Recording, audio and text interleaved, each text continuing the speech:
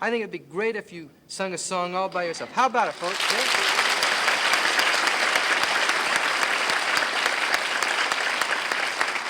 Yeah? Well, you really want to? Yes, I do. Okay, what do you want to sing for us?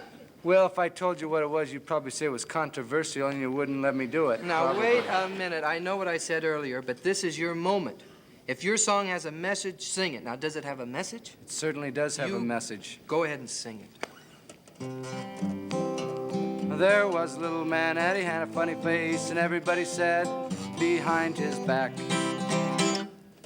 Well, was that it? Yep, I like to hit him hard and get out quick. Tommy, that's a stupid song. I never heard of it. I don't know where you got it, but it's stupid. Oh, yeah? Well, Yeah, and if I say it's a stupid song, and if you like it, you're stupid. Oh, yeah? What's more, you're ignorant. I'm not arguing about that. It's a song that I like. It's a song that I sing. Wait a minute. You get an opportunity to say something. I give you the opportunity, and you say absolutely nothing. Just nothing. Dickie, that song happens to be a song written by myself, about myself. Oh, and that explains it. That's right. I'm tired. You know what? People laugh at me. That's a song about me, about how people laugh behind my back and ridicule me. It tells of the agony of being ridiculed and laughed at. Nobody laughs behind your back. You're exaggerating. You laugh. I don't. Nobody laughs behind his back. You and Mom laugh behind my back. That's not true. How do you like it? How would you like someone laughing behind your back? You're certainly a strange, weird guy. All right, stop it, Tommy. Sorry. Following you around behind your back. That is awful. And Mom and you did that. Always and Mom? laugh. What do you mean, me and Mom? You and Mother. Well, she's your mother, too. I had no control over that. That's sad. Because my mom liked my brother best, and she never liked me. Right, Mom gave my... This is not true. Mom gave you... Mom liked you best. No, all right. Mom... All right, just be quiet 1 minute. Mom liked you best. You lower your voice. Mom liked you.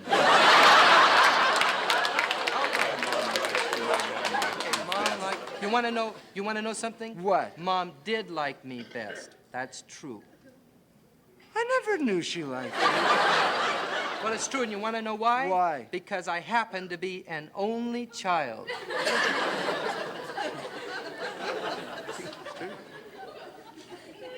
Touchy, touchy. Tommy, it's touche. Can't you do anything right? Oh, touchy. My mom gave my brother a dog, and I didn't get to have a dog more than anything in the world. I wanted to have a dog, a companion, but I didn't get to have a dog. You know what? You had your own pet, a chicken. Crummy chicken. No fun playing with a chicken. Well, listen, I had and you a never played with me? You never let me to go at any games? I played with you. Once every 7 or 8 months, he'd say, my brother'd say, come on out in the backyard next to the chicken coop, and I'll let you smoke some crayons. You did so. Well, I didn't think you'd actually smoke them. You think that's strange, you know? You remember when you were kids, you had bubble gum, and inside the wrappers there were baseball trading cards. Yeah, my brother told me to trade the bubble gum and chew the baseball card. Yes, you did. I know it, I did. Everybody said, there goes that dumb Tommy Smothers with his mouth full of baseball cards and his teeth all colored from smoking Crayola. Well, I don't know what... And you never let me go on hikes. I let you play with games. You never let me play a game. My brother would go on hikes with his friends. They'd get on their bicycles, they'd take their dogs, and they'd all climb on their bicycles, and they'd say... Right. I never had a bicycle either! You had a bicycle! You had a wagon. Didn't have any wheels. Hard for that chicken to pull that way. The people there, they know the truth, and you gotta admit, you never let me go on hikes. I didn't. That is the truth. I swear by it. See? Tommy didn't go on hikes, but the reason is he didn't have a dog. See, everybody... Frank was a good hiker. Tommy, Frank was the best hiking chicken I ever knew. I don't care how well he hiked, he wasn't a dog, was he? Now, we all know the place for a young boy and his dog is together. They're companions. They hike, they hunt, they go fishing, they do everything together. But where's the place for a boy and his chicken? It's in a crummy chicken coop. That's where it is.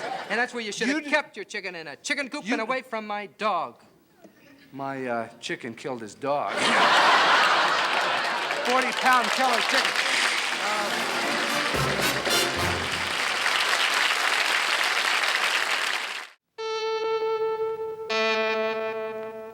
CBS presents this program in color. Well, hello again, ladies and gentlemen.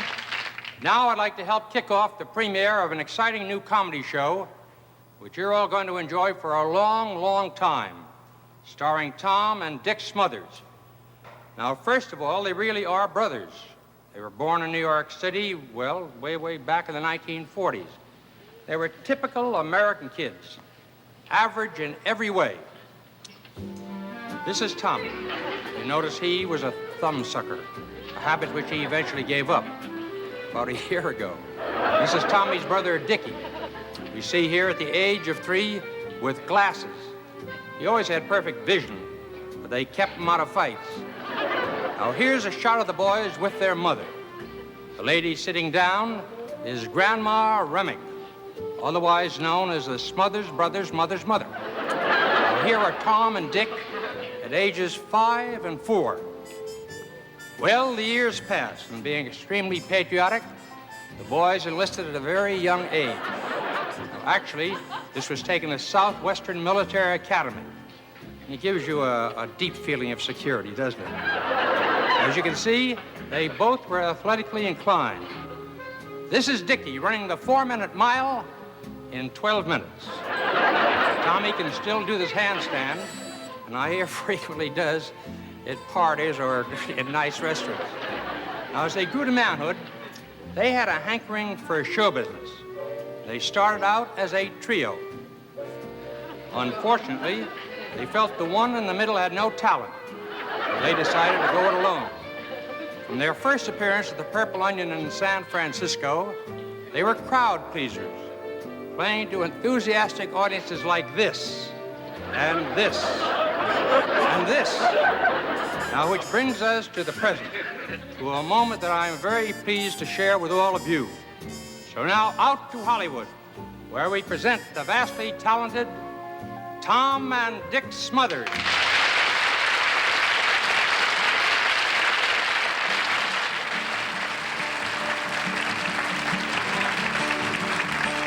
Oh, how I wish I was in Peoria, Peoria, tonight. Oh, how I miss those girls in Peoria. Wait a minute, Tommy. I know you're nervous and everything, but you got to get the words right. I'm not nervous, You're nervous. I know you're nervous. Now, I'm not nervous. Well, admit it. You're nervous. I'm not nervous. You mean you're not even a little bit? I'm not nervous at all. Threw up a little while ago, but Well, I feel knew nervous it. at all. I knew he was nervous because the first moment I saw you this morning, you looked upset to me.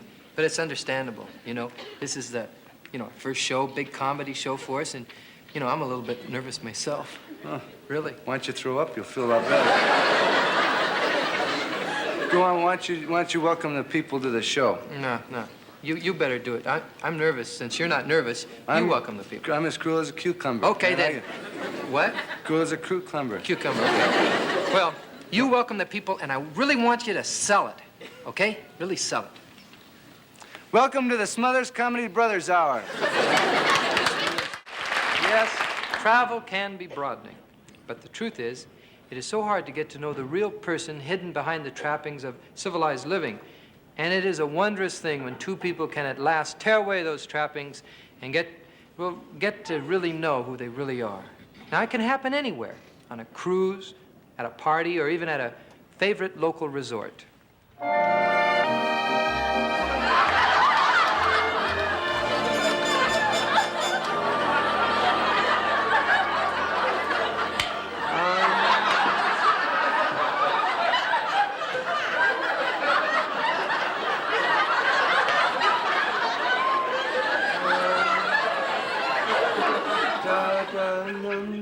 Mr. Frisbee! Miss Butterworth?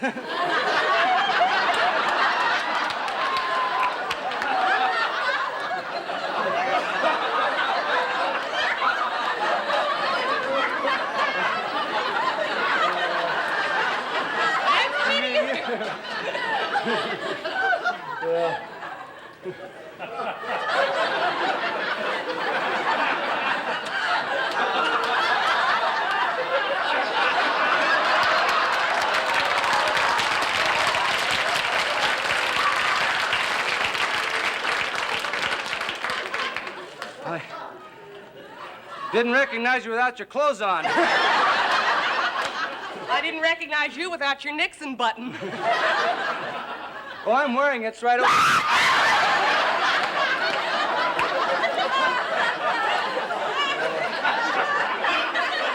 Miss Butterworth, Yes, Mr. Frisbee? I think it's time that you called me Harold.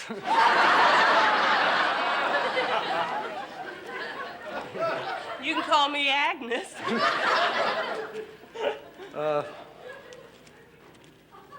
Do you think we can see more of each other?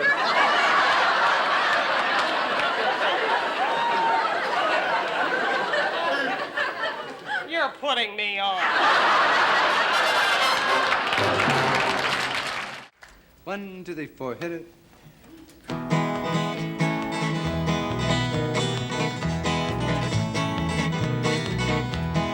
Boil that cabbage down, boys. Turn that whole cake round.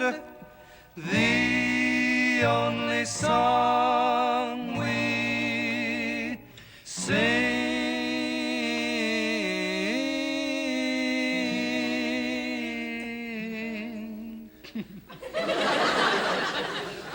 Boil that cabbage down, boys. Turn that whole cake round. Only song I ever did sing is boil that cabbage down.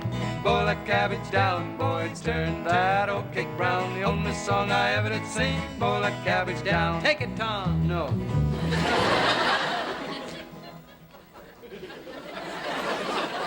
I didn't feel like taking it. You didn't hear me right. I said, take it, Tom. Heard you clear as a bell. You said, take it. Sometimes if a fella doesn't feel like taking it, he just stands right up as American. He says, Agreed, no. agreed.